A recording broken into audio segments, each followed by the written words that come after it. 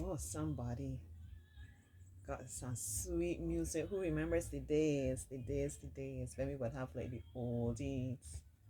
Sometimes I'm the country music too. I know that's a big thing in St. Lucia. I talk about on a Sunday morning. You know, you get your love music, but specifically it will be oldies. Might be vintage reggae, or as I said, country and western, or just what we will call oldies. Yeah, yeah. The men working on the house today. I give thanks. So someone out there has the music playing. You left me just when I needed you most. A reggae version of that. Really sweet. All right.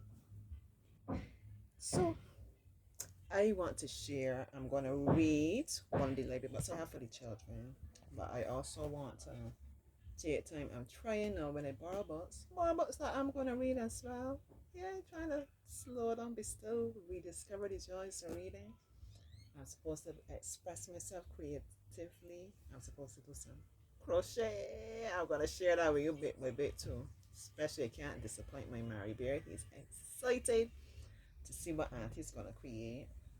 And actually, I purpose in my heart I'm gonna have two of my days during the week, like my evenings when I get home from work. One is gonna be for my creative expression, crocheting, writing, drawing, something like that. But music too. I still got to start on the guitar, but yes, music too. And then another day is gonna be like my spiritual reflection and growth and working through different kind of things like that. And feeding myself, nourishing my spirit. Yeah. Because the plan is we got the physical activity down pat. We got those 2 days locked in. Listen, nothing again in between there with those gym days.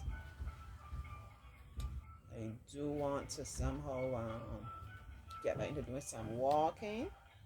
We know we have a nice little walk as part of the warm up when we can for gym. But aside from that walking otherwise and some swimming too. Yeah, I think I'm gonna be able to do that on Sunday morning sometimes. But I'll see how I can work that out during the week. I'm real happy and excited about it. Taking care, taking care. The good body, the good mind, the good soul, the good spirit, all the goodness coming through. Um, should I say what I'm gonna say now? I have a neighbor, someone in my community. The mental health is not the best, right? Lives very, very close to me. They're practically next door. My mom and I we have a joke because she always, has something to say about everybody. That's part of the illness too. Okay. So when it comes to me now, she said she got a pretty skin. She got a pretty skin. She got a pretty skin, but she is what my father would call a sly fox. Yeah. So mom and I we always have this joke about me and this pretty skin, you know. But I want you to know, yes, I have a pretty skin. Naturally, because I try to stay hydrated and I try my best to eat clean, right?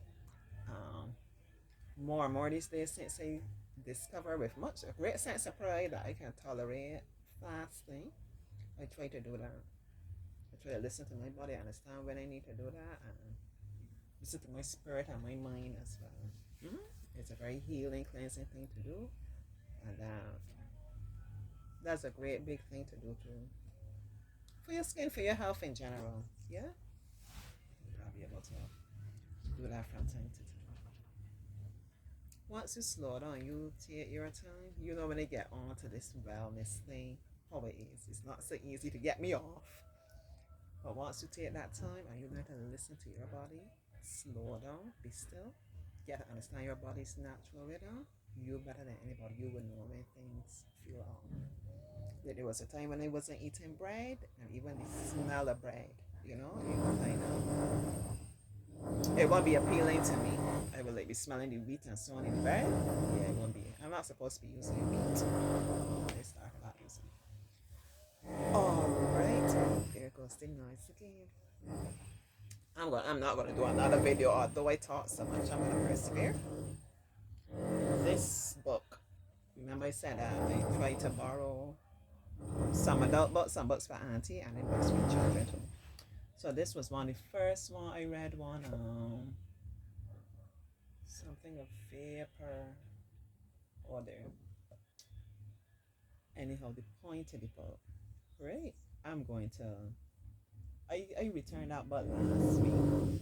But the crux of the story is this lady, her ex-husband got diagnosed with prostate cancer and how she was caring for him. But his health deteriorated so quickly because the first treatment he was to receive for this cancer, he had an allergic reaction to it. He didn't tolerate it, and he never really came out of hospital for a long time. He went downhill very fast.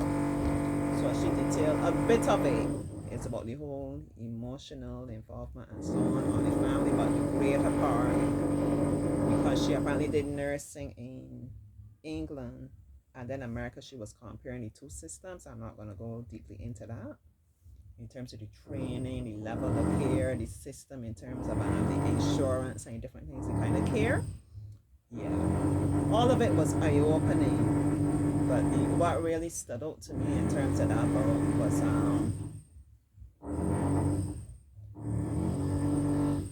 kind of the disregard for things you might want to do in terms of trying to eat healthy, in terms of your spirituality, different things like that. Remember, as I told you, you don't get auntie caught up like thinking auntie telling you disregard your doctor or anything. Listen to me. I always like to say, listen to me clearly.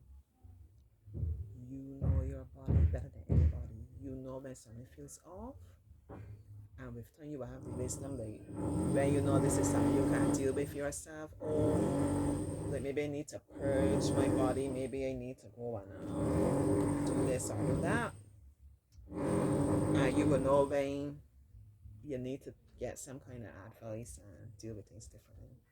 All right, an example I could use, like I don't really get the cold. I used to have issues with my sinus really bad before, and then when I changed my diet I found, yeah, I used to be really bad with my sinus. I don't really get sinus issues now. Sometimes, like when I travel, I know it's the actual climate feeling cold, but sometimes I find like it is the air quality in hotel rooms as well, right? Sometimes I will come back with a cold, and for the most part, I don't take anything for cold. I hydrate, I flush out my body, I use different things that I know are like life-giving things and so on. I try to get my rest. I'm thinking if there's anything else that I do. Like I gargle my throat. Even when I get past the stage of having a sore throat, I still do that. I just really cleanse my body.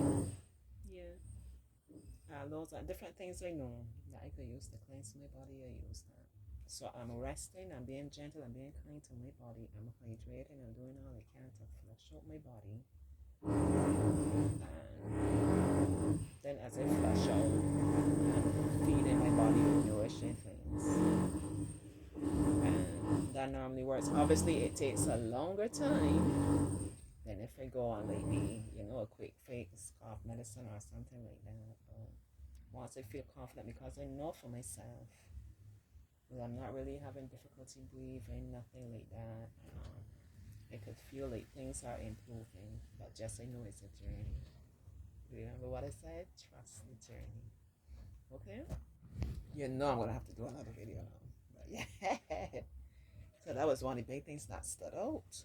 That you don't seem to be able to advocate, either you or your family don't seem to be able to advocate much for your healthcare. It didn't come across like it was respected.